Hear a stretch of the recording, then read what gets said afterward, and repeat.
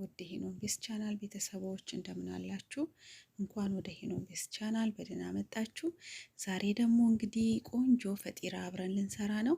እንደምትወዱት ተስፋ አደርጋለሁኝ። ፈጢራችንን ለመስራት ግማሽ ያክል ሽንኩርት ያስፈልገናል፣ 2 እንቁላል እና ዘይት ያስፈልገናል። ያው ዋናው ግብአታችን ዱቄት ነው፣ ዱቄት ያስፈልገናል።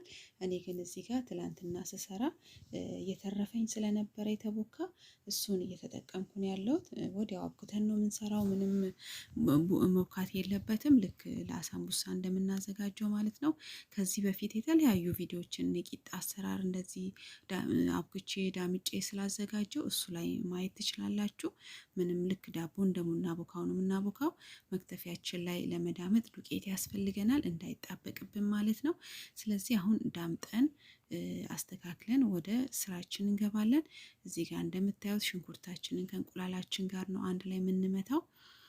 አሁን ቂጣችንን ለመዳመጥ እየተዘጋጀን ነው ማለት ነው። መጀመሪያ እዚህ ጋር ግን ያው እንቁላሉንና ሽንኩርቱን አንድ ላይ ልቀላቅለው ነው። ጨው አርጌበታለሁ። እንቁላሉ ላይ አንድ ላይ በደንብ አርጌ እመተዋለሁ ማለት ነው።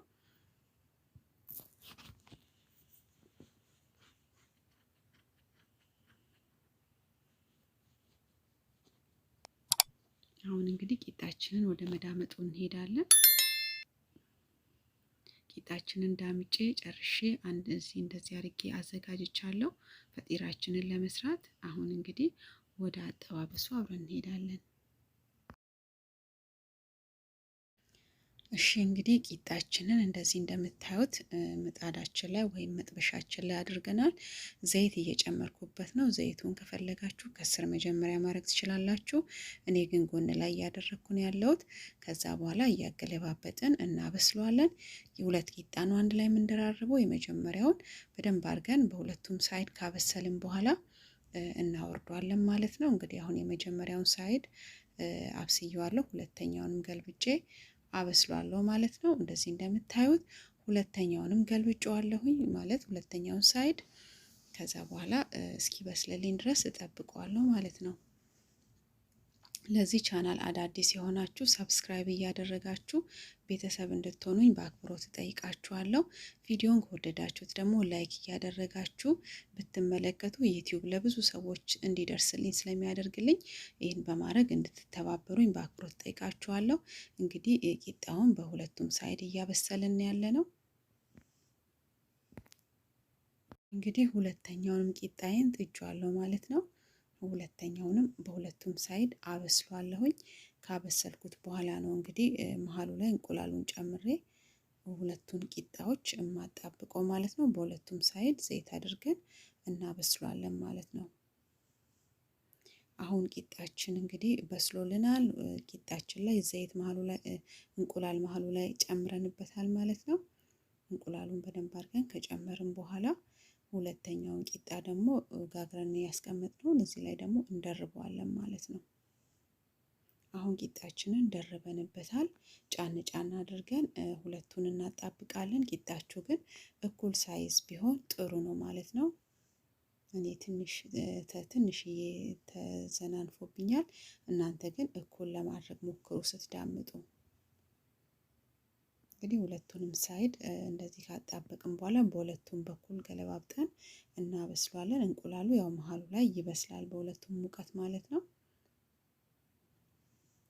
ይሄው ገልብጬዋለሁ ማለት ነው። አሁን እንደምታዩት በጣም ቆንጆ በጣም የሚጣፍጥ ፈጢራ ነው እየሰራን ያለ ነው።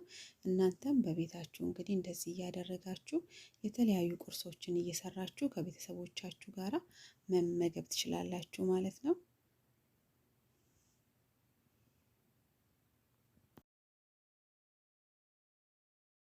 እሺ እንግዲህ ቂጣችንን ሁለቱንም አንድ ላይ አጣብቀን ያው ጫን ጫን አድርገን በሁለቱም ሳይድ እያበሰልን ያለ ነው።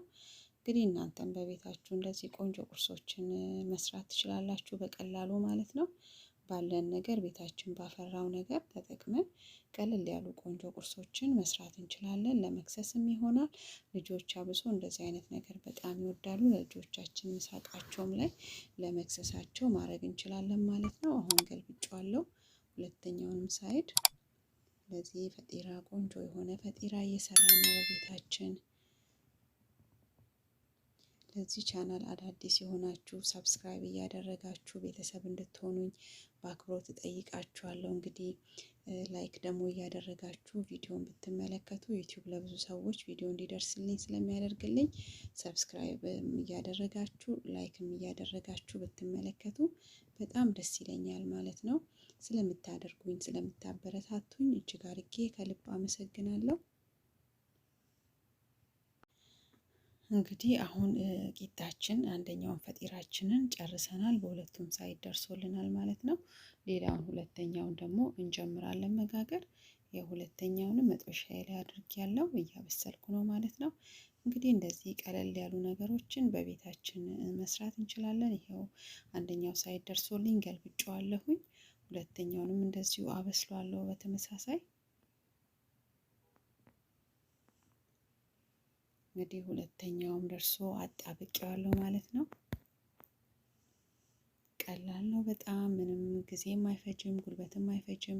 እንደዚህ እያደረጋችሁ በቤታችሁ ቀላል ፈጢራዎችን መስራት ትችላላችሁ። ስለዚህ አሁን ጋግሬ ጨርሼ ሳህኔ ላይ አድርጌያለሁ። አሁን እቆራርጠዋለሁኝ።